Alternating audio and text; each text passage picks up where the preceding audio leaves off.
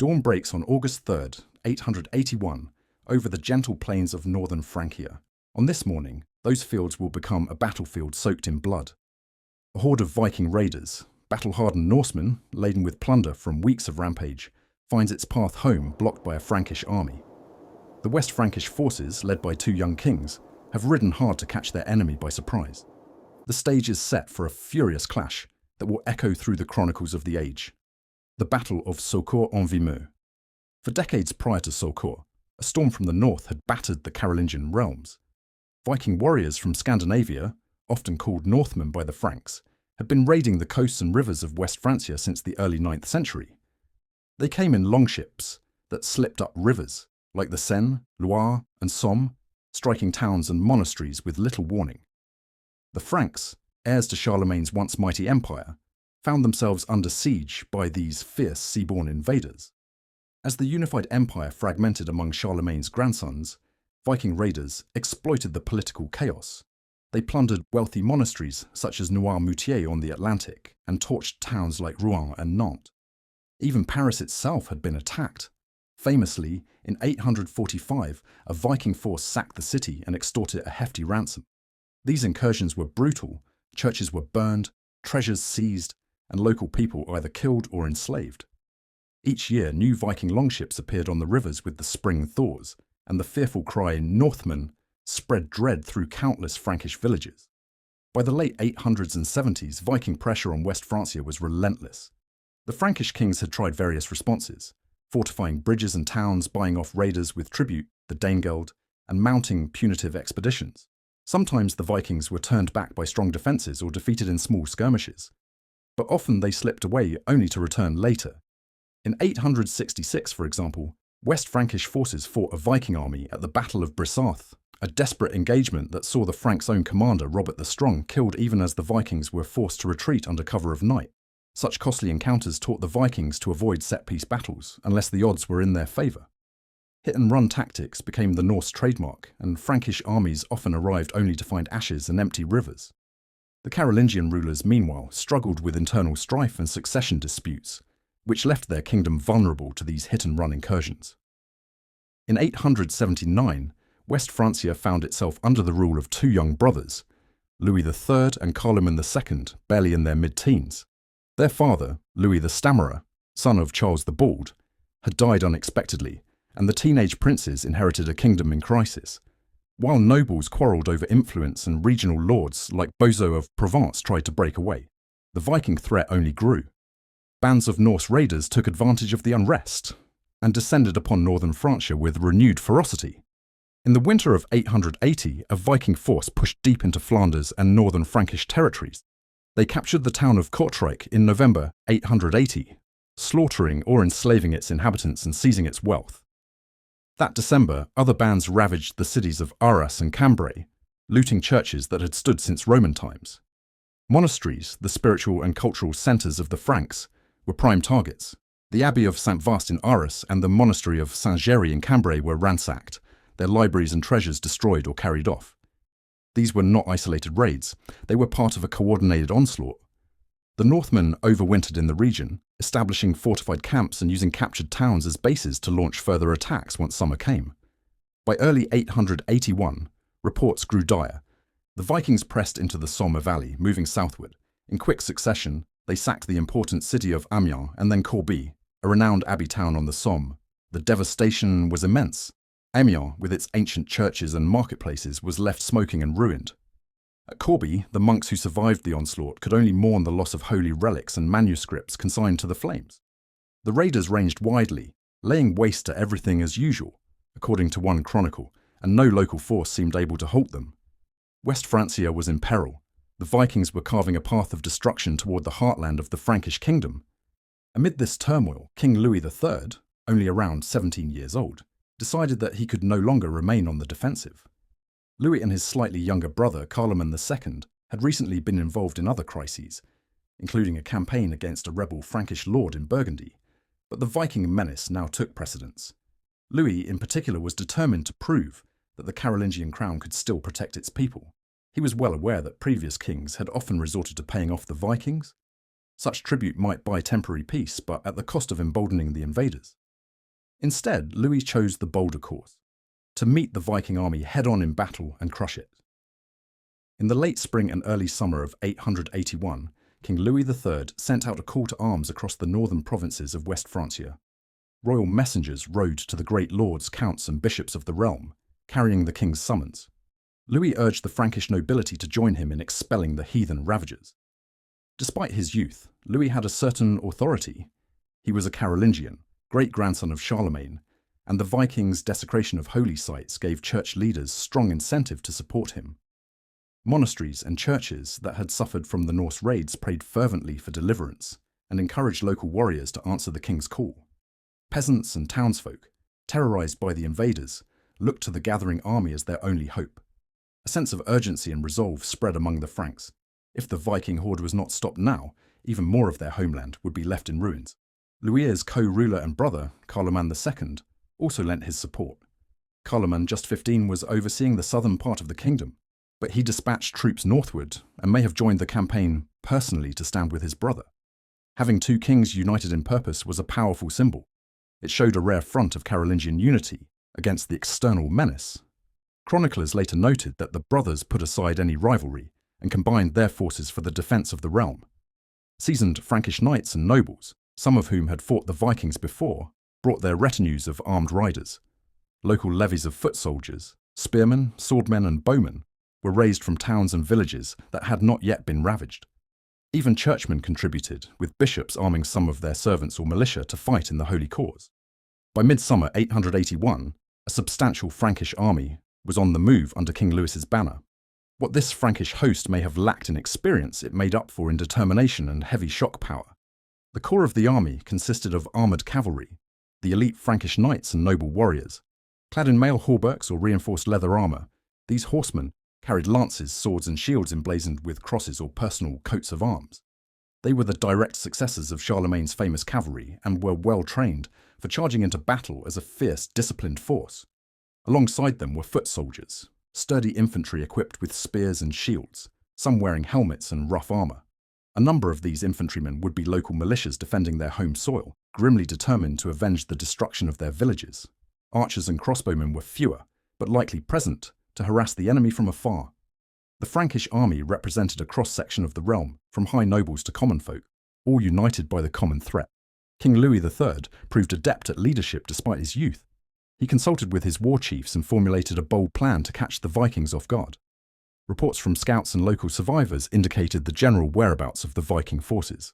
Rather than chasing directly behind the marauders and to risk the Vikings slipping away, Louis anticipated the enemy's movements. He guessed that after pillaging Amiens and Corbie, the Norse raiders would eventually head back northward, likely toward their base camps near the coast or in the Flemish lowlands, to secure their plunder. Using this insight, Louis manoeuvred his army along interior roads, aiming to intercept the Vikings on their return route. This strategy required speed and secrecy. The Frankish troops marched hard, covering long distances quickly for a medieval army. They avoided alerting the Vikings, perhaps moving parallel to the raiders' path but out of sight. King Louis also dispatched scouts, prudentia, ahead, lightly armed riders and local guides, to shadow the Viking host's movements and find the best place for an ambush or confrontation.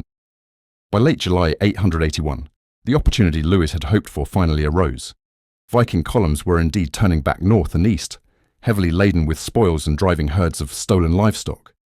They moved more slowly now under the weight of their plunder. One band of these Vikings, numbering in the thousands, trekked across the plains of Picardy, seeking to cross back over the Somme or head toward the safety of their encampments near the coast. King Louis's scouts brought word that the Norsemen were approaching an area known as Vimeu, a fertile region west of the Somme. There, near a village called Saucourt-en-Vimeu, the Vikings would have to pass, and there, the Frankish army could lie in wait. Louis realized this could be the ideal spot to corner them. He bypassed the Viking army in the field, as one chronicle noted, and got ahead of them. As the Vikings advanced, perhaps unsuspectingly, they suddenly found a Frankish royal army blocking their way. Imagine the scene, the dusty column of Viking raiders coming up a road or over a gentle hill, expecting an easy march back, when on the far side of the fields they glimpsed the banners and glinting spears of a large Frankish force. Instead of terrified peasants or a token local levy, They see the azure and gold of the Carolingian standard flapping in the summer breeze, and ranks of armoured cavalry drawn up for battle. The element of surprise was with Louis. The Vikings, caught in the open with their loot, faced a stark choice: fight a pitched battle against the Frankish king's host, or try to flee and risk being ridden down from behind. The armies converge at Saucourt. The Battle of Saucourt-en-Vimeu began on the morning of August 3rd, 881. The location was near the small hamlet of Saucourt, not far from the Somme's northern bank, in what is today the Picardy region of France. The terrain here was largely flat farmland and meadow, perfect ground for Frankish cavalry. Fields of late summer wheat and rows of hedges stretched into the distance, interspersed with a few copses of trees. There were no city walls or fortress for the Vikings to hide behind, no convenient river bend to guard their flanks. The confrontation would occur in the open country, where the mobility and power of heavy horsemen could be brought fully to bear. On one side of the field stood the West Frankish army under King Louis III, with King Carloman II at his side. The Frankish forces arranged themselves as per Carolingian battle customs. The mailed cavalry likely positioned at the front or on the flanks, ready for a thundering charge. Each mounted noble, astride a sturdy warhorse, held a long lance and a kite-shaped shield, with a sword at his belt. By their sides flew banners emblazoned with the Christian cross or the fleur-de-lis of the Frankish kings. Behind and among the cavalry, the ranks of Frankish infantry formed up, spearmen in tight formation, and any available bowmen slightly to the rear. Many of these men had endured the terror of Viking raids. Now they stood determined, their knuckles white around spear shafts and shield grips. Despite the early hour, a tense silence likely fell over the Frankish lines as they waited, the calm before the storm of battle. Across the field, the Viking raiders scrambled to react. The Norse force was substantial, perhaps several thousand strong, but they had not expected a direct confrontation here. These Vikings were battle-hardened, having fought in many skirmishes and assaults on towns, yet a large set-piece battle was not their preferred fight. Their leader, Frankish chronicles name a chieftain Guaramund among them, possibly a Viking of high rank, barked orders to form a shield wall. Viking warriors rushed to draw themselves up in lines, shoulder to shoulder, overlapping their round shields decorated with painted patterns or snarling animal motifs. They wore a motley of gear, some chiefs and seasoned huskarls clad in chainmail or thick leather, iron helmets on their heads, while others wore simple tunics and caps, their protection only a shield. They brandished heavy axes, swords and spears, weapons still stained from the sacking of recent towns. Among them fluttered a few Viking standards, perhaps depicting the famous Black Raven of Odin. The Northmen shouted to each other in Old Norse, trying to restore order from the chaos of their marching column. They were carrying bags of loot, livestock and wagons of goods. There was no time to secure these.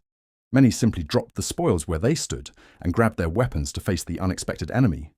The confidence the Vikings had felt during their raids began to waver.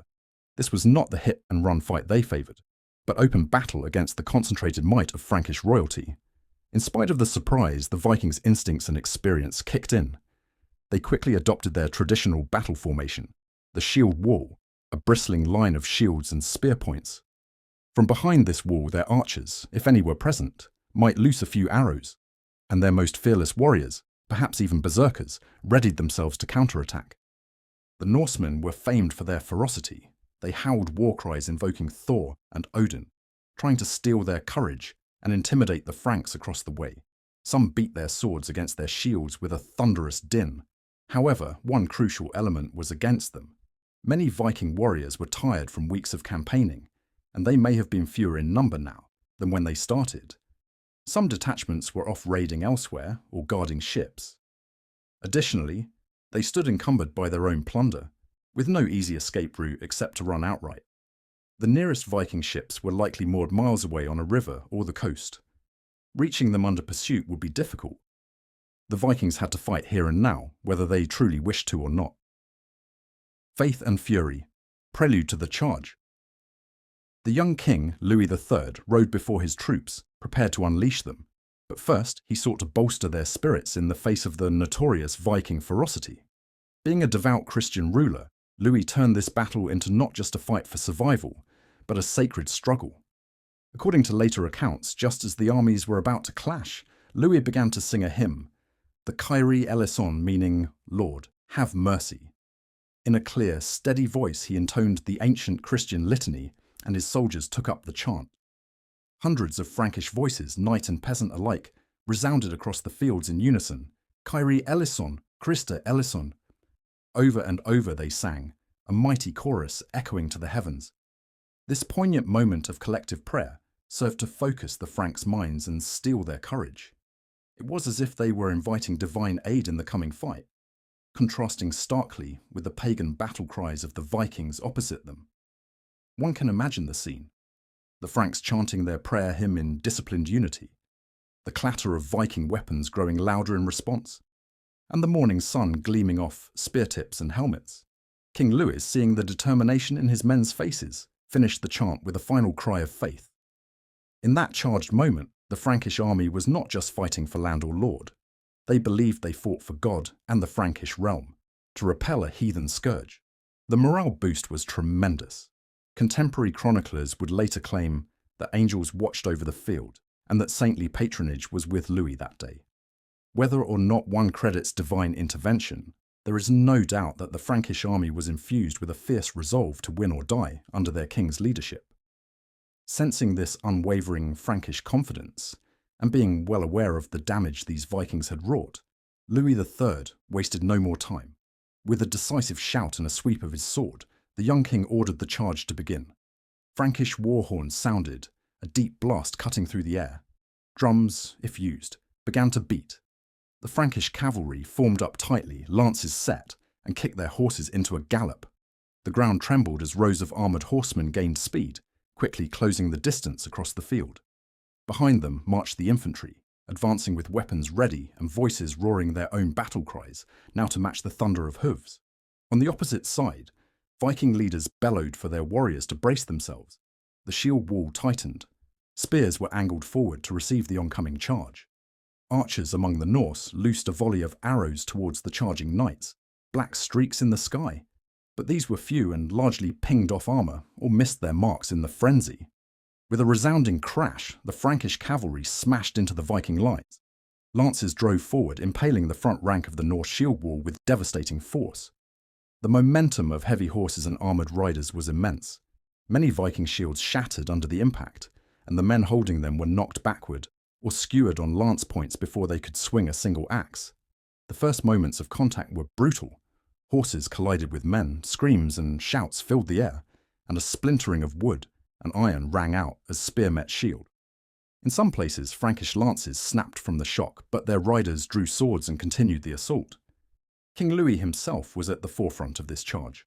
The chronicles describe him riding enthusiastically at the head, shield and spear in hand. Louis allegedly drove his lance through one Viking after another in the initial collision, demonstrating remarkable personal bravery. His royal household knights fought beside him, ensuring no harm befell the king in the crush of battle. The Vikings absorbed the first blow as best they could. Staggered and bleeding, they still fought back, with desperate courage. Those Norsemen in the front who survived the lance impact retaliated with swinging axes and thrusting swords against the horsemen now in their midst. A mighty Northman might cleave the leg of a Frankish horse or drag a rider from the saddle with a hooked axe.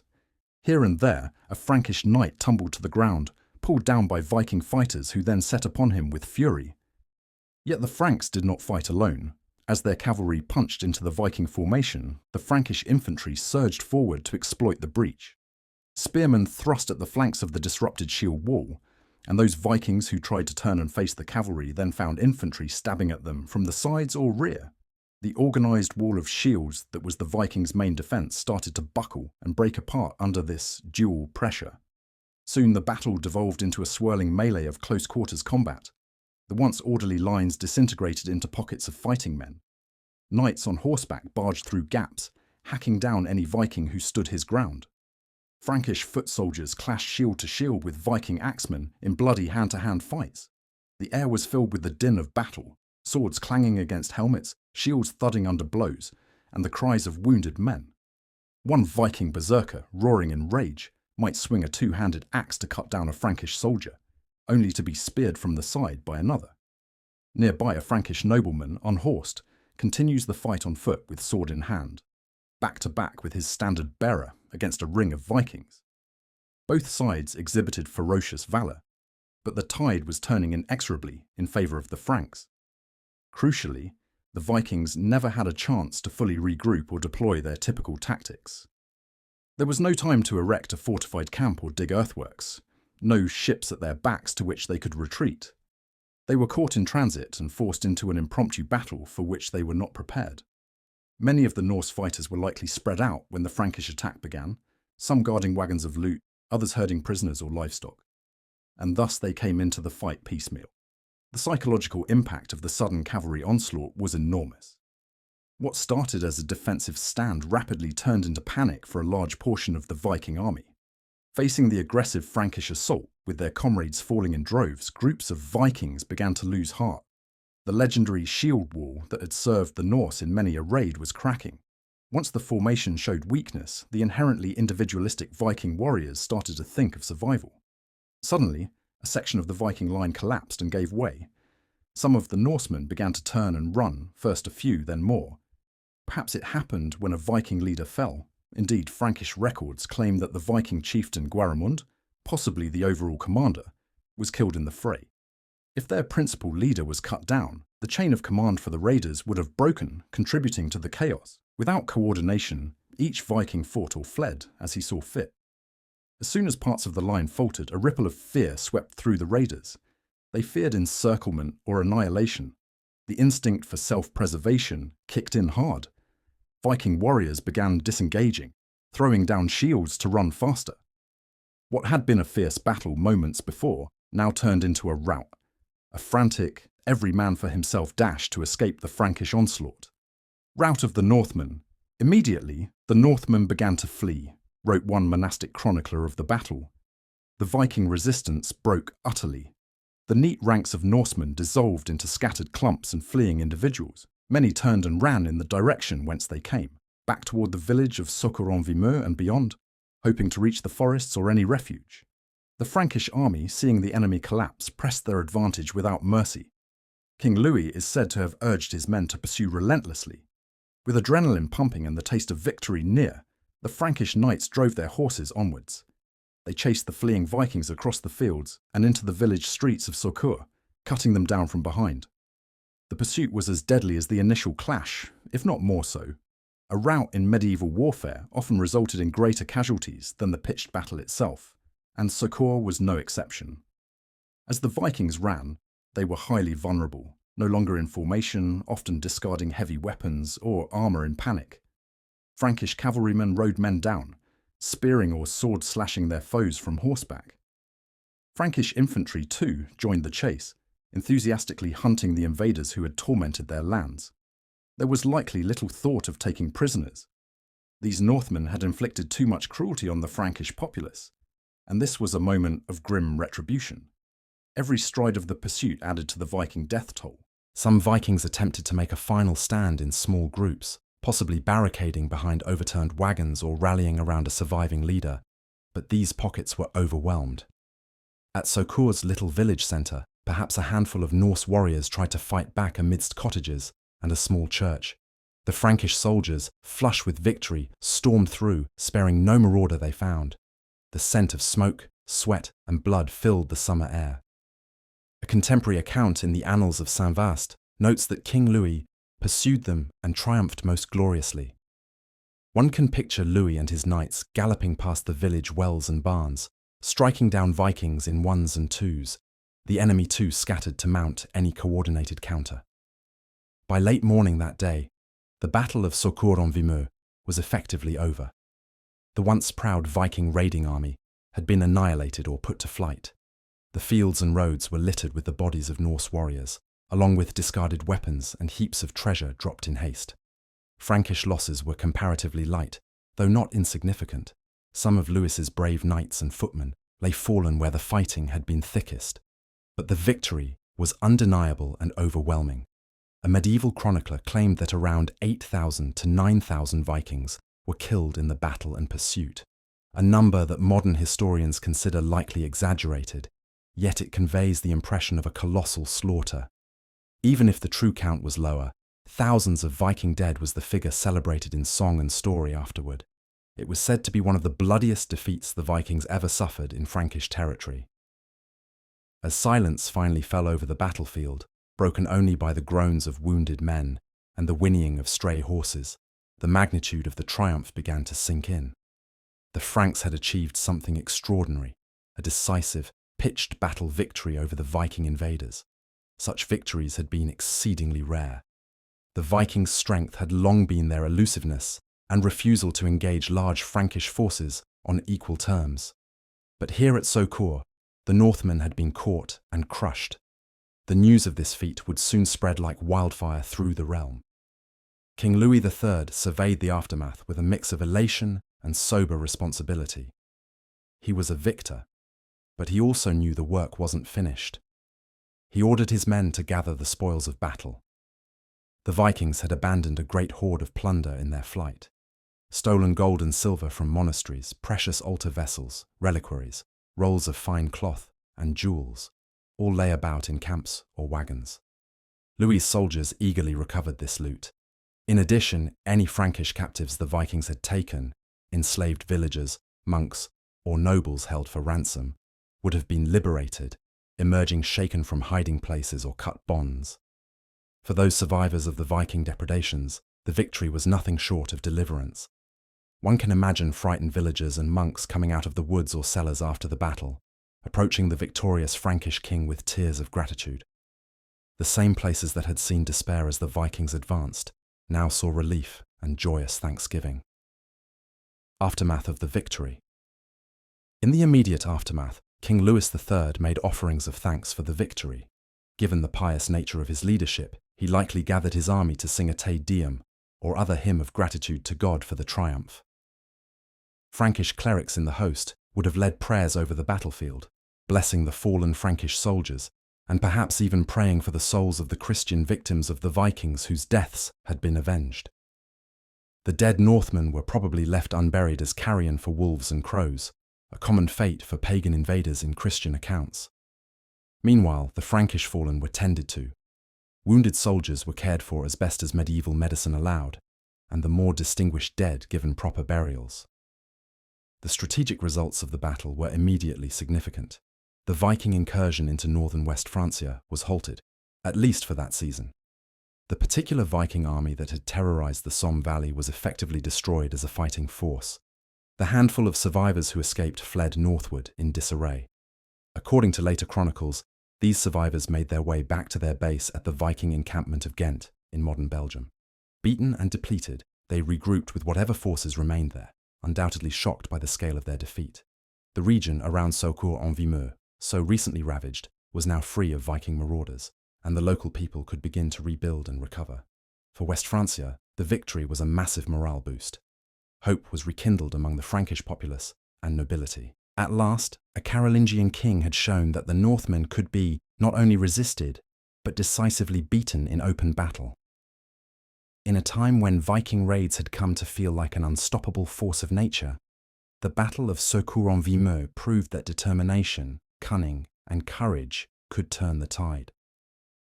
Louis III's name began to be praised throughout the realm. He was lauded as the saviour of his people, a Christian warrior king who had protected the Frankish lands and the church from heathen destruction. The victory was so celebrated that it inspired a poem, the Ludwigslied, Song of Louis, composed in Old High German shortly afterward. This poem, essentially a ballad of the battle, praised Louis III as God's chosen instrument to punish the pagan Vikings. In stirring verses, it describes how God tested the young king and how Louis, with unshakable faith, rose to the challenge. The poem recounts the battle as a divinely aided triumph, how Louis's men sang Kyrie eleison, how the king bravely led the charge, and how the Franks, by God's grace, scattered the Northmen.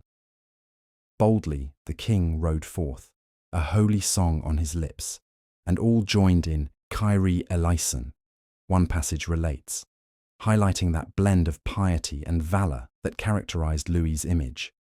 The Ludwigslied stands as one of the earliest known examples of vernacular poetry in that region, and it immortalised the Battle of Saucourt as a legendary victory, ensuring that even those who could not read Latin chronicles heard of the king's great deed in their own tongue. While the poem and Frankish chronicles understandably cast the battle in a glorious light, practical reality tempered some of the long-term impact. Despite the heavy blow at Saucourt, the Viking threat was not permanently ended. Many Viking bands were still active across Francia and beyond. In fact, those Vikings who escaped Saucourt wasted no time seeking revenge and new opportunities. Retreating to their strongholds in Flanders, they planned fresh raids. The next year, 882, saw these Norse raiders shifting their focus slightly eastward. They sailed up the river Meuse in the region of Lotharingia, Middle Francia, to continue their predation. There, they attacked settlements and set up another winter camp. West Francia itself would again face Viking incursions a few years later.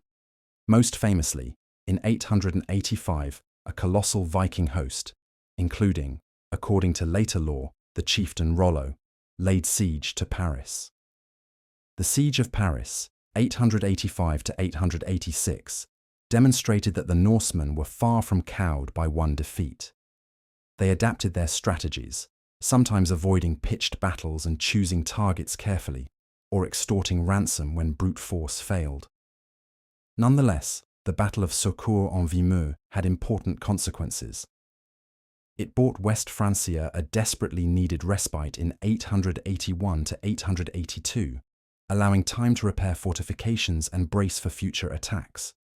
It also eliminated one of the largest Viking forces then roaming northern Francia, preventing further immediate devastation of that region. The psychological and symbolic victory was even greater. For the first time in years, the Franks could celebrate a clear win. This boosted the prestige of the Carolingian monarchy, which had suffered from internal disputes and earlier military embarrassments. King Louis III, though still a teenager, earned the respect of his nobles as a capable war leader. The unity shown by Louis and Carloman in rallying against the Vikings strengthened royal authority, at least temporarily, over a fractious nobility. Some rebellious lords might think twice, seeing that the young kings could deliver victory against an external foe. Tragically, Louis III would not live long to capitalize on his triumph. Less than a year after Saucourt, in August 882, King Louis III died suddenly at around the age of 18. As fate would have it, his end was not on the battlefield but in a freak accident. One story, from later medieval tradition, claims that he died after striking his head on a low doorway beam while riding a horse in pursuit of a girl. Whether from an injury or an illness, the effect was the same. West Francia lost its victorious young king at the height of his promise. His brother Carloman II became the sole ruler, but he too would die only 2 years later, in 884, in a hunting accident.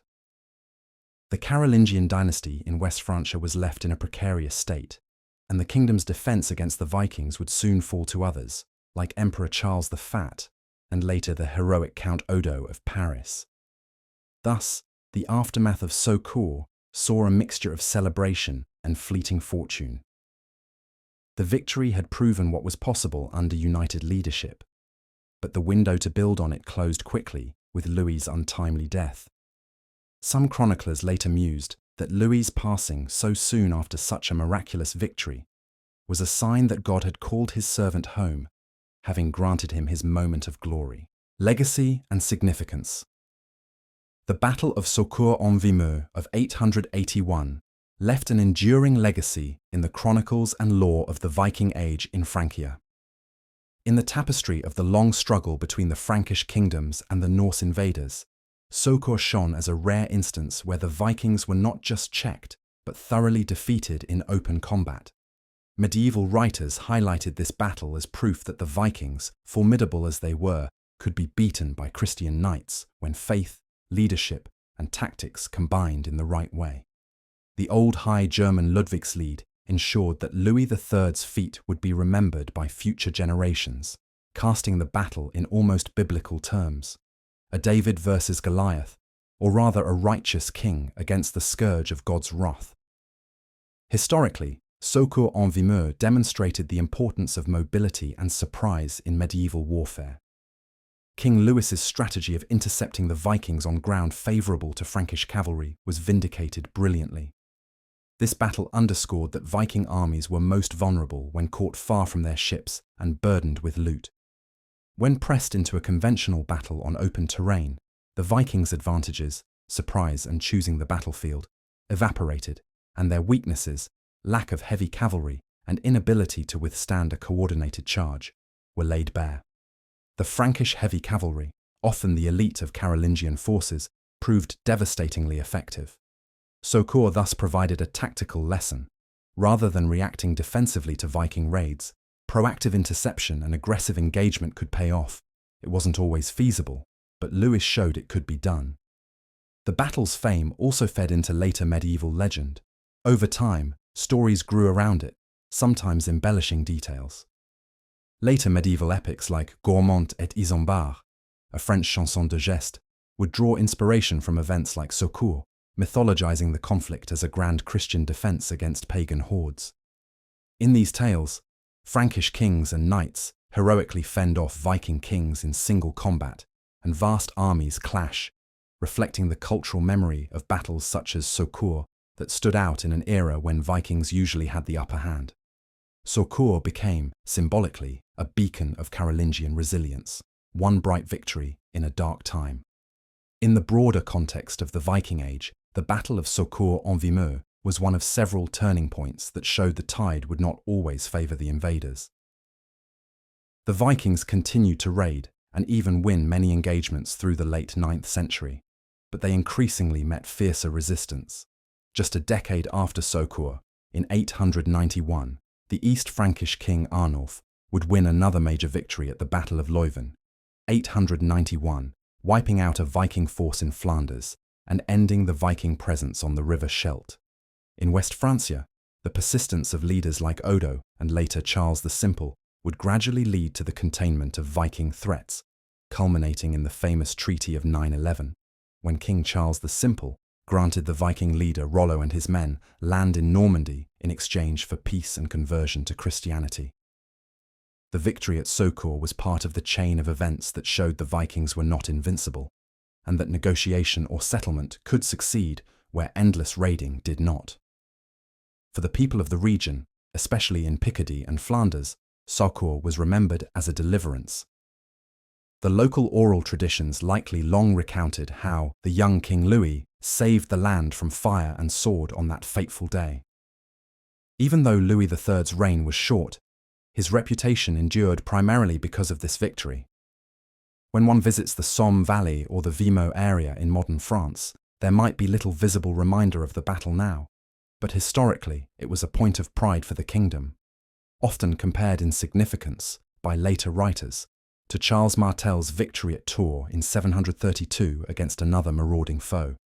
Both were seen as instances where Frankish arms defended Christendom against pagan invaders.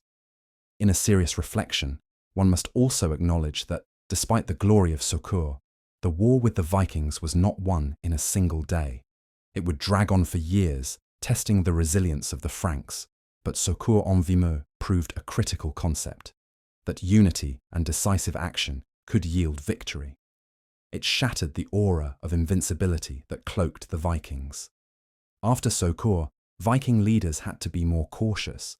They could no longer assume that Frankish kings would always respond sluggishly or remain on the defensive.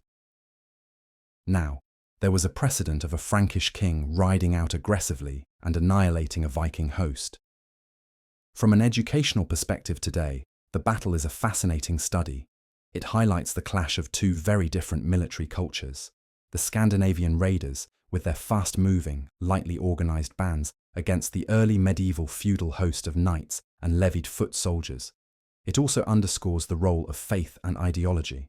The Franks framed the victory as a moral and spiritual triumph as much as a military one, a narrative that likely strengthened the Christian identity of the realm in those embattled times. In conclusion, the Battle of Saucourt-en-Vimeu stands as one of the great confrontations of the 9th century. In a 37-minute documentary portrayal, we have journeyed from the desperate context of endless Viking incursions, through the dramatic mobilization of a kingdom under youthful rulers, into the heart of a battle filled with courage, carnage, and faith. We witnessed how a well-timed charge and a unified army turned the tables on a foe that had seemed unstoppable. The fields of Saucourt bore witness to a victory that was sung in poems and remembered in chronicles, a testament to the determination of the West Franks to defend their land and way of life. Though fleeting in its immediate effects, the triumph at Saucourt-en-Vimeu became a shining example of Carolingian resolve, echoing through history as a day when the Vikings learned that even they could meet their match.